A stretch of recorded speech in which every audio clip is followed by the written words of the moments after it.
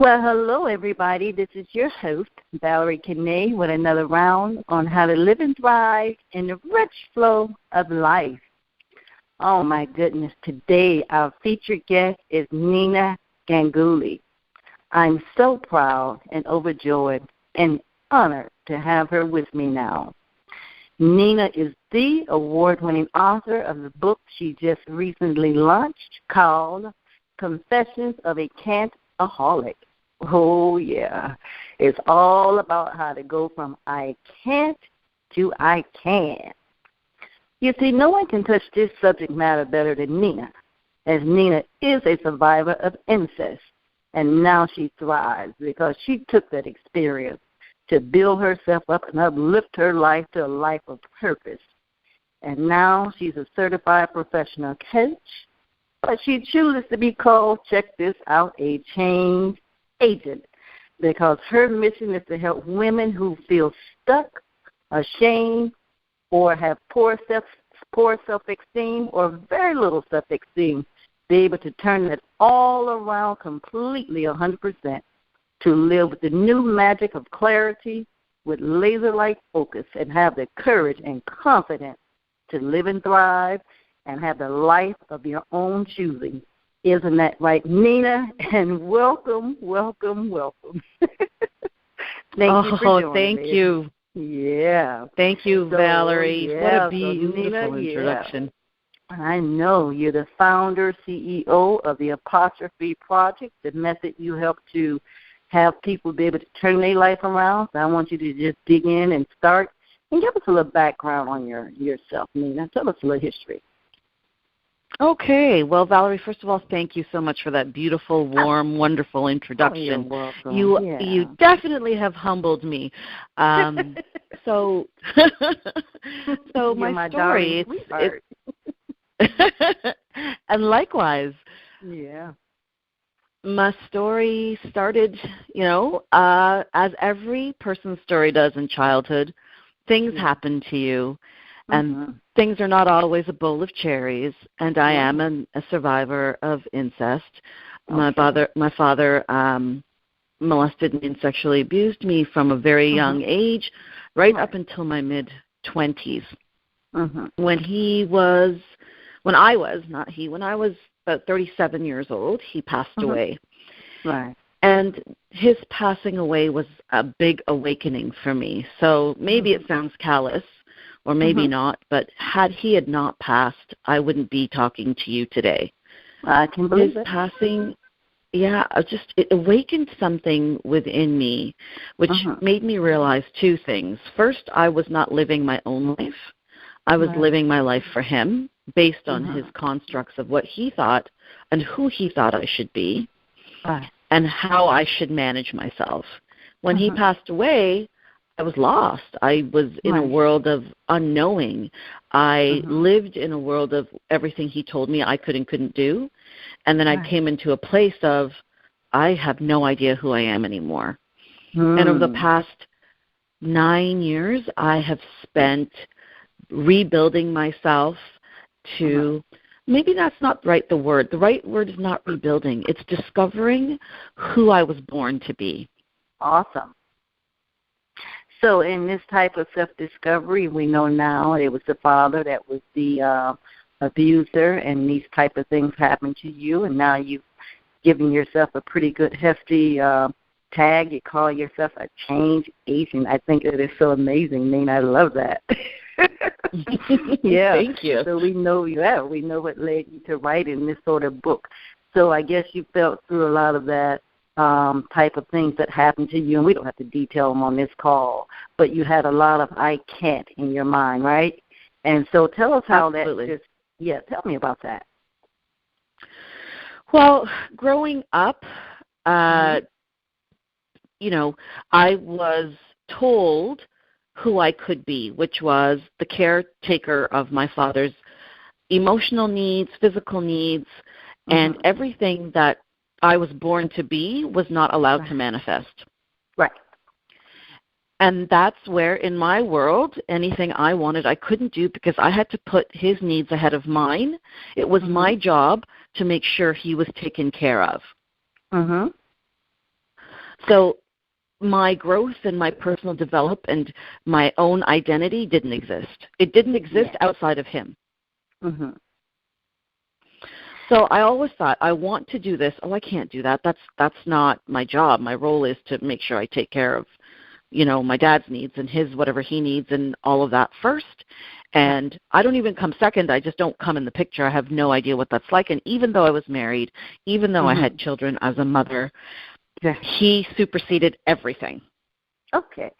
So now let's flip the script and take it the other way.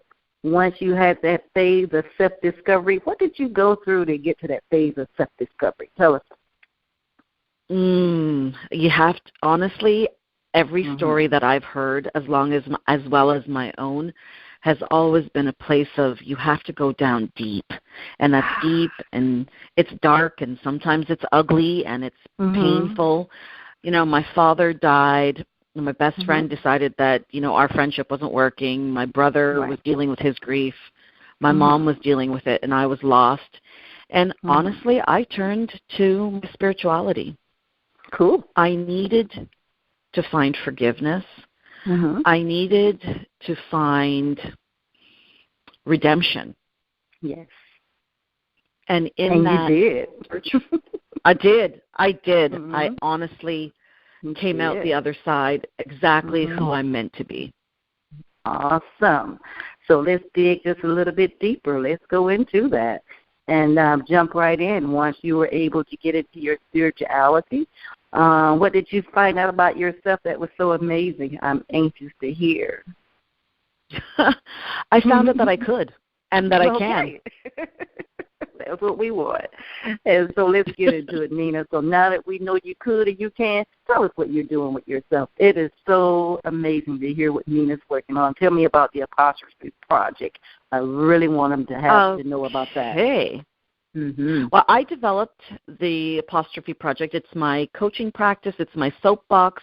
It is where I bounce everything off of, because I believe that the difference between can and can't is the apostrophe T. And that apostrophe is what stops us from doing exactly what we were designed to do from the divine. Awesome. So it's the apostrophe. Take that off and knock that T down. I love that. And on her book cover, she actually has that you pushing that T down. On your website, you have it the lady pushing that T over. I thought it was so cute. I said only Nina would think of something like that, where she's pushing that T over after the apostrophe. Just get out of the way, because I can. And,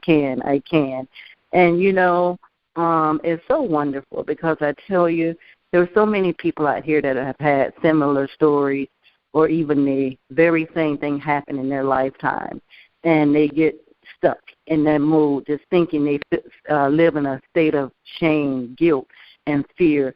And I know that you have a way with this project that you can turn that all around. And there's a program. Is it like a 30-day program? Well, tell us how the program works out, Nina. Okay, yeah. So the book, Confessions of a Cantaholic, really goes through the 5C system that I developed over my coaching training, as well as all of the corporate training that I've had in my life, and performance management training, and all of that background put together in one. And it takes you step by step through the process of looking at where you are right now in your life, building a vision for the future, making a plan, and then from there conquering your fears and then charging. So the 5C system really is about considering where you are. That's the first C. Creating, which is the second C, creating your vision. The third C is constructing your plan. The fourth, and I think most significant C, is conquering your fears and limiting beliefs.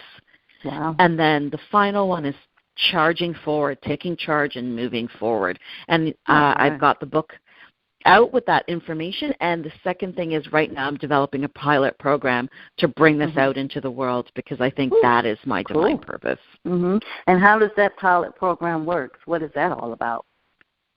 The pilot program right now is an in-person program that's just in my local area, and it's a 4-week in-person program where we go through all of these C's week by week and begin to build a plan and work through all of your limiting beliefs and move you forward to get to where you need to go.